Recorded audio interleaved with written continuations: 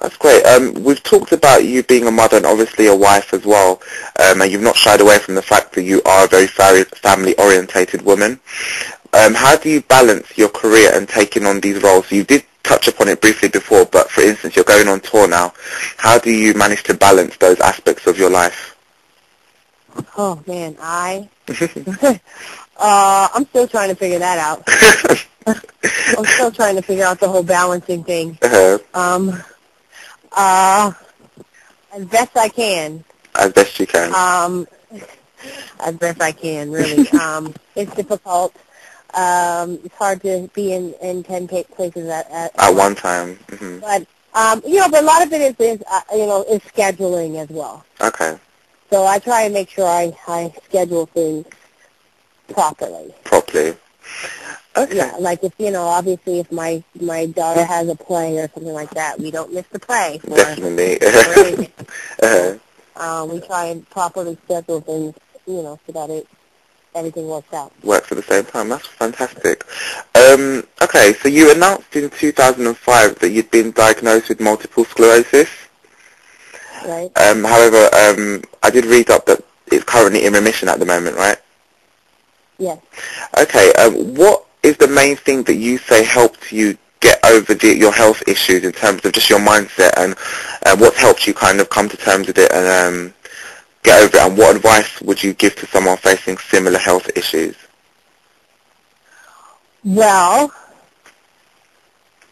I will say that the mindset obviously is it's sort of all about how you think of things. Yeah.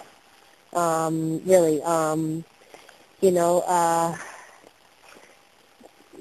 life can be complicated sometimes, and, I limit the stress. I try to eat right. I try to, have a sort of positive outlook on life. Yeah. And, stop and smell the roses and all those things that sort of sound cliche,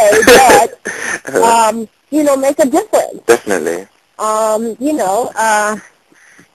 Not letting, things and people stress you out, that's huge. Yeah. It's huge. But it also is a huge part of staying healthy as well. Yeah. Other people can make you sick sometimes. Yeah. Literally. So, eliminating toxic people and sort of toxic things in life as well. Yeah. Is certainly important. Definitely. Okay, thank you. And many of your fans are keen to know whether you are working on your next studio album. If so, what collaborations are you hoping to potentially have on there, producers and things of that nature, even in terms of musical direction as well? I know that was a lot all in one question, but what can fans really expect from your new records? Yeah, as soon as I'm finished an album, it's like, where's the next one? I'm working on it.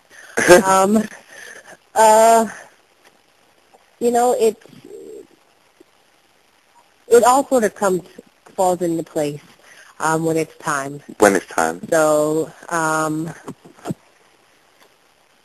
we'll see. We'll see. I sort of never really have an idea of doing, like, going into the studio, just sort of like, oh, now's the time, and I go in the next day. Yeah. So, we'll see. I'm sure, being on tour and things like that also sort of pump you up. You can't wait to get in the back studio. In the studio, yeah. So I don't know, maybe I'll get bitten by the bug again, but as of now, not the at the moment. album parts are easy for me. It's the touring and all that stuff that's the craziness.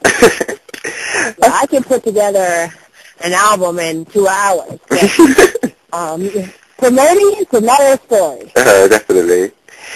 Okay, so you haven't gone back in the studio just yet, as you just detailed, but in terms of collaborators or people you'd like, someone's sent a message in saying that they've heard you say that you would want to work with John Legend, for instance, in the future. Yeah, I like John Legend. I like Rascal Flatts, actually. Who, sorry? I like Rascal Flatts, country. I like country music, actually. Okay, wow.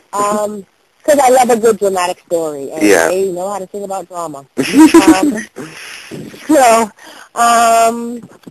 I remain open, though.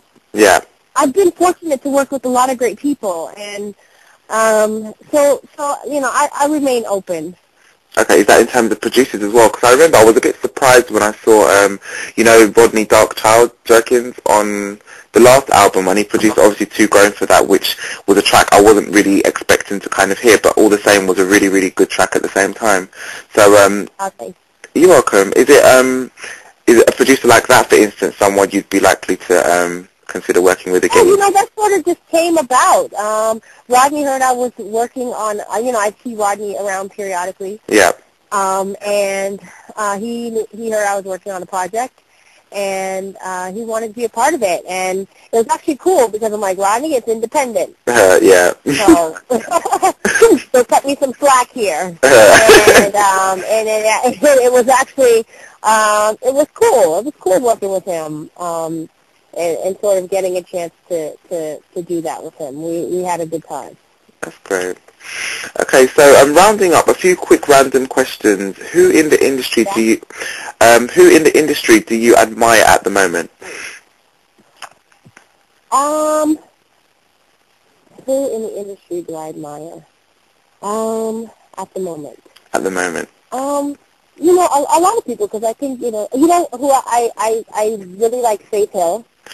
Faith Hill? I think she's sort of she's a mommy, and, seems like she has a great relationship, and she's doing what she loves. Yeah. And she looks great doing it, so, I admire her. Yeah. That's great. And, okay, lots of your performances are on YouTube, as in some of your live performances are on YouTube. Do you ever watch any of them? Of course. You do? Yeah, I do. I'm always interested to find out whether artists, kind of go back on their performances, I do. critique What them. I say? I do, and sometimes, the bad part is sometimes you want to critique it, and you're like, or I should have, but I sort of just, you try to just appreciate it for what it is. Yeah. And, but, yeah, I do watch it. You do watch them. That's great. And, yeah. And, tell me a little known fact about you, please. A little known fact about me. Yeah. Let's see. I don't know. Something not many people know about you, that be as an artist, as a person. It could be the minorest thing, anything. Well, oh God. I can literally stay in bed all day long. I don't know if that's something that everybody can do, though. But I long for those days when I could just, stay in bed all day long by myself and not talk to soul. And be quite happy, actually. Yeah.